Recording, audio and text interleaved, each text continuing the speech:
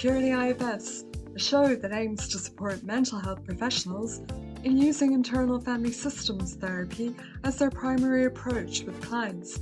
I'm Gail Williamson. And I'm E Redfern. Welcome back to the second part of our focus on legacy burdens, where we're going to focus in on a case example. It's a very useful case to hear and has a lot of learning points in it. Yes, I think so. It involves a long-time client of mine who I'll call Jo. She and I are only recently getting into legacy work, and it feels like the last piece in the jigsaw. It sounds like a great example of how legacy unburdening might show up quite a way into a person's therapy.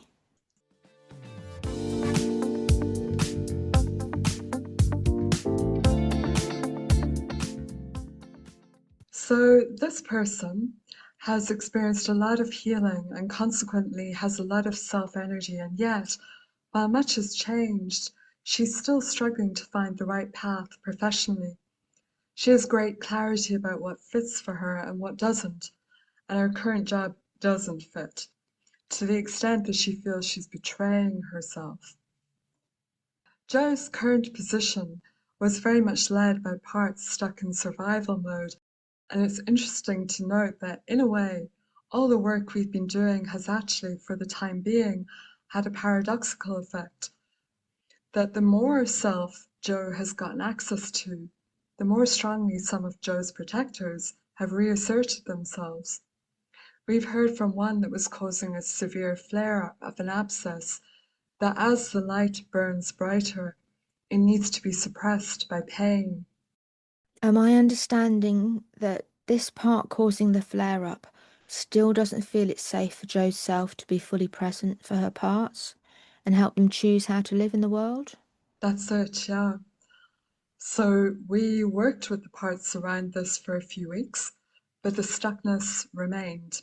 And I can't quite recall what it was, but there was something that either Jo or a part said that made me think legacy burdens. And it was a surprise to me actually that it had taken us this long to broach legacy burdens, because Jo is very knowledgeable about Celtic mythology, etc. So she would seem the ideal candidate for such work. Exactly. But I guess it happens when it's meant to. And your thinking was that maybe this would help free something up for Jo. You were also aware of her very strong connection to her late father. Yeah, her father was a safe parent. She was very badly treated by her mother. And so I've always been aware of his huge impact on Jo, but also of the fact that he had his own trauma, where he lost his own mother when he was 10 and had a very difficult time thereafter. So yeah, I definitely thought legacy work was worth trying. So I raised it at the end of one session, and during the week, Jo had been tuning in herself and had sensed that there was a line of energy coming from her mother's side and another from her dad, and that these lines of energy converged into a deep wound inside her that related to each parent's trauma. This was the most that she'd been able to discover, and she was keen to follow up. Sounds like Jo is one of those people who can spend valuable time by herself with her system, which is such a bonus. Yes. So I got her to go inside to this wound, just got her to focus on it and explore how it was showing up for her. And then I suggested that she ask her dad if he could come in. So you would literally have said something like, I wonder, Jo, about asking if your dad can come in. That's right. And Jo hadn't known that this was possible, so she was surprised to be asked to do this. But very quickly, really a matter of seconds, she became aware of her dad. And it was his smell first, which she could describe in great detail. Parts were clearly very emotional to be with her dad again, and to have the opportunity to ask him certain things that she'd always wondered, such as, did he ever find his way back to his mother, which he had always spoken about longing to do? And he said yes. And then suddenly, Jo was aware of her grandmother too. What really surprised her was that her dad was speaking to her in Irish. When he was alive, his Irish apparently wasn't that great.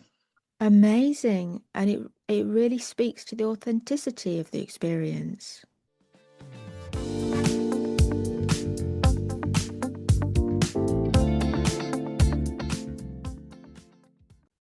So then I suggested Joe ask him if he had any information for her about the wound she carried, any information about what she needed to let go of that she may be carrying from him. At first, his answer was a little bit cryptic. He used the phrase a fallow field, but gradually as we stayed with it, the meaning became clearer.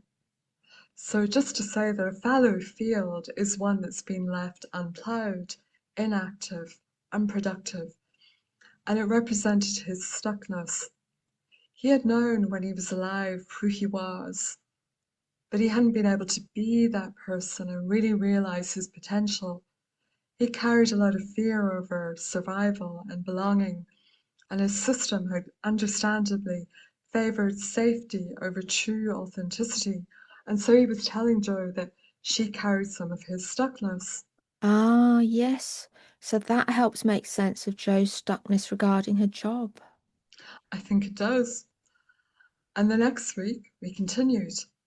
I got Jo to connect with her dad again, but she very quickly sensed that he wasn't alone. And then she realized it was his mother that was with him again. Jo said, I don't think he's going to speak today. I think it's his mother that is going to say something.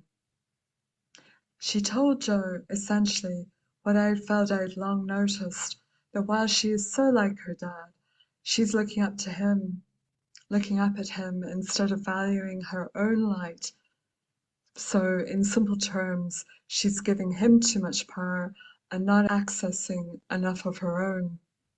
Hmm. So I know there's more to discover by the sounds of it, and you now have more clarity about where to go with this. But when the time is right, you'll get Jo to focus back on the wound she carries from her dad. And I imagine there's a part there holding limiting beliefs about himself and various emotions. And perhaps you'll guide her to ask the part with the legacy burden how much of what it carries is Joe's and how much is her father's. Yeah, If necessary, it can be helpful to add that the part can quickly just divide up a pie chart, an imaginary pie chart, into two, or come up with two percentage figures without thinking about it too hard. Then asking the part, do you feel ready to let go of what isn't yours and hand it back to your dad? Assuming no other parts object, you would then check with her dad, is he happy to take back what belongs to him? He says yes, and then it's just about guiding the part to pull those burdens from their being and hand them back to her dad. yes, and then the bit I really like. At this point, I usually get the client to tell the relative, we can also help you to let go of what doesn't belong to you. And then they can simply pull their burdens out too and pass them up the line of ancestors, which is usually a wonderful experience for everyone concerned. In her chapter in the multi-author supervision book, Tamla Floyd has documented some of her adaptations of the usual way of doing legacy burdens to incorporate elements of ancestral reverence, a kind of respectful handing over. For example, the ancestor might direct the process and say when the burden has returned to its origin, or choose how the burden is let go of, and what is invited in to replace it that is then passed back down the line. Yeah, and I think you also wanted to say something about children, Emma. Yes, another adaptation of the model, or it might be standard for some people, for clients with children, is to invite into the legacy unburdening process the offspring who have themselves inherited the burdens.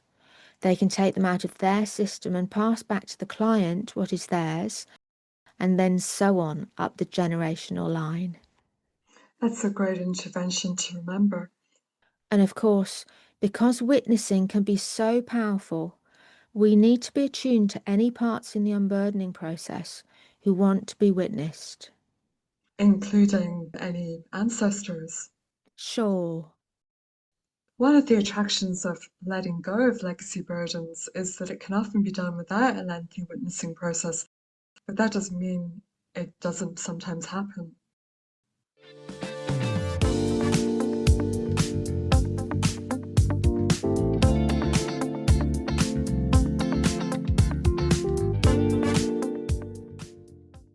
Thanks for joining us again. We hope we may have piqued your curiosity about your clients and your own legacy burdens. And we didn't even get to the equally fascinating subject of unattached burdens. Maybe another time. Bye for now. Bye, everyone.